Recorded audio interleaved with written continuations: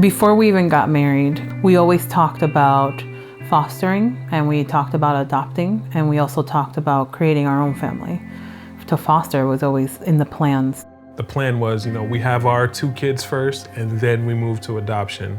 So when it wasn't happening, it was like, what am I doing wrong, or what are we doing wrong? It was the fertility doctor that we were going to that called us in, and she said it was, looked like it was cancer.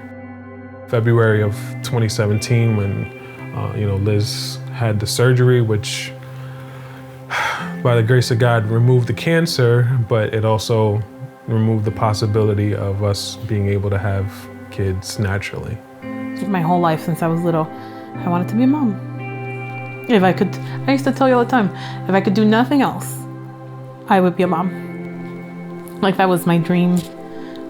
There was one day that I just randomly said to Laurent, I said, man, our genetic family tree ends with us. Like you have to process those moments that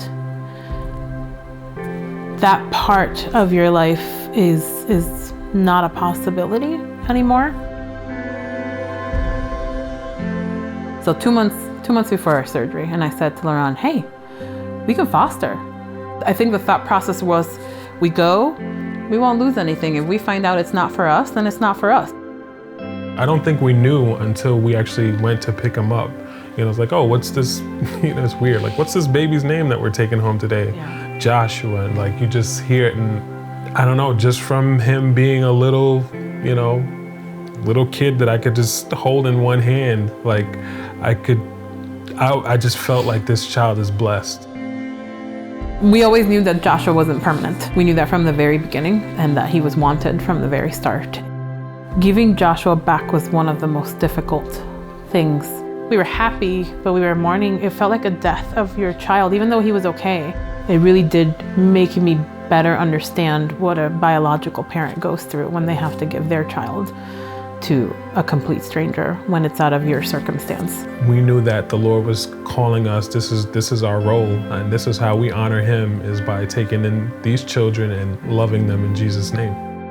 At the end of the day, Joshua made us parents, and he made me a mom, and what God promised me came true. We're parents. So it's been 3 years, and since Joshua, we fostered 7 children. And out of those 7, now we have 2 that are forever ours. Layla came to us. She was 12 days old, the tiniest child that we've ever had out of the 5 previous before her. She's just an awesome little child. She's hilarious, just with her own little personality and sassiness. And Angelo came that same year. He was hey, you want to help a foster family out and just watch them for the weekend? And it was like, sure, we'll watch them for the weekend. And then the weekend came, and the weekend was gone. And then the talks about adoption started. So now we have 2 2-year-olds. They're 6 months apart. It's an awesome experience, and we're thankful for it. Because in the stress has been instrumental in putting the right people in place and the right services in place for the many children that we've had. Some have had some, that they needed a little bit more emotional support because of the scenarios that they were in.